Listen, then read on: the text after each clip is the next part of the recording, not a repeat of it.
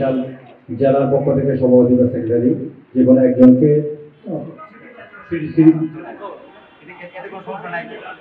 আপনার ঠিক লাগবে ঠিক যে বাংলাদেশে কথা বলে মোবাইলে এরকম লোক নাই মোবাইল কিন্তু কথা বলবে বলি আপা আমাদের সমাবেশগুলো হয় যারা বিএনপি ওই ফাইনাল গঠন করতে পারে না আমি দিব আপা আমি প্রতি থানায় দিব ইমানে একদম আমার বরিশাল সিটি কর্পোরেশনের 30টি ওয়ার্ডের মধ্যে আমরা 9টা ওয়ার্ডের পূর্ণাঙ্গ কমিটি গঠন করতে সক্ষম হয়েছি।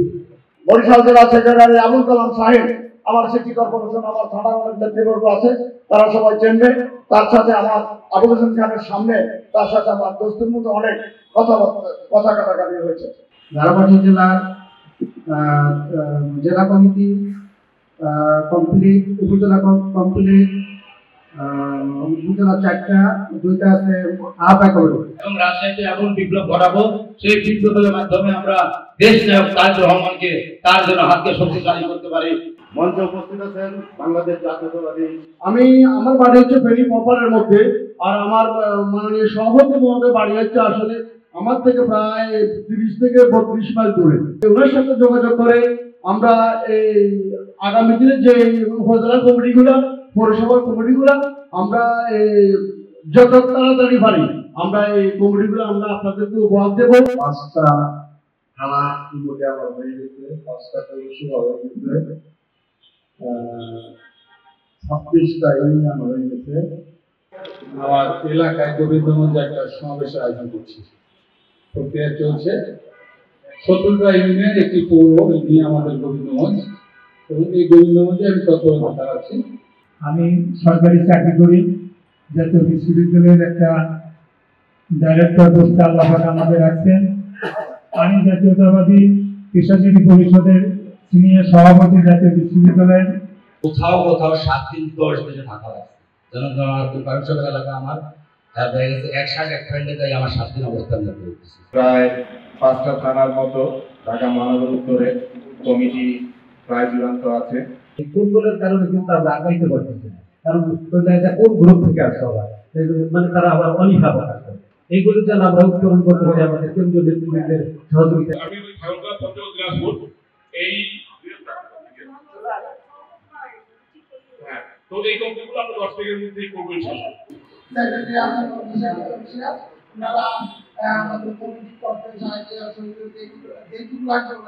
সহসভাপতিবৃন্দ উপস্থিত, বিভিন্ন জেলা ও বিভিন্ন মহানগর থেকে আগত নেতৃবৃন্দ, যে আমরা জুলাই মাসের ভিতরে আমরা ইনশাআল্লাহ আপনার সাথে আলাপ আলোচনা করে আমাদের নেতৃবৃন্দের সাথে কথা বলে এটার তারিখ দেবো আন্দোলন সমাবেশ করার জন্য।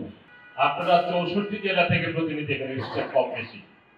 একটি নির্বাহী কমিটির মিটিং হচ্ছে, এত দূর থেকে সেই লালমনিরহাট থেকে এসেছেন, বরিশাল থেকে এসেছেন, কক্সবাজার থেকে এসেছেন, চিটাগং থেকে এসেছেন, অনেক দূর, অনেক টাকা খরচ করে।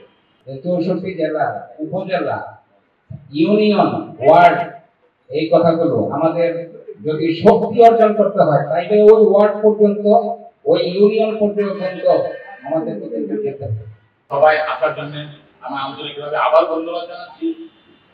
আশা করি আমরা আগামীতে নিশ্চয়ই আমাদের এই আজকে যে নির্দেশনা দেবেন আমাদের নেত্রী, সেই নির্দেশনা অনুযায়ী আমাদের দলকে পরিচালিত করবো। সবাইকে ধন্যবাদ। বাংলাদেশের সময় আন্দোলনের প্রতীক্ষিত সাবেক এমপি, বগুড়ার মাটি ও মানুষের নেত্রী অধ্যক্ষ আফরোজ বেগমের জ্যোতি আপা, আজকে সভায় উপস্থিতি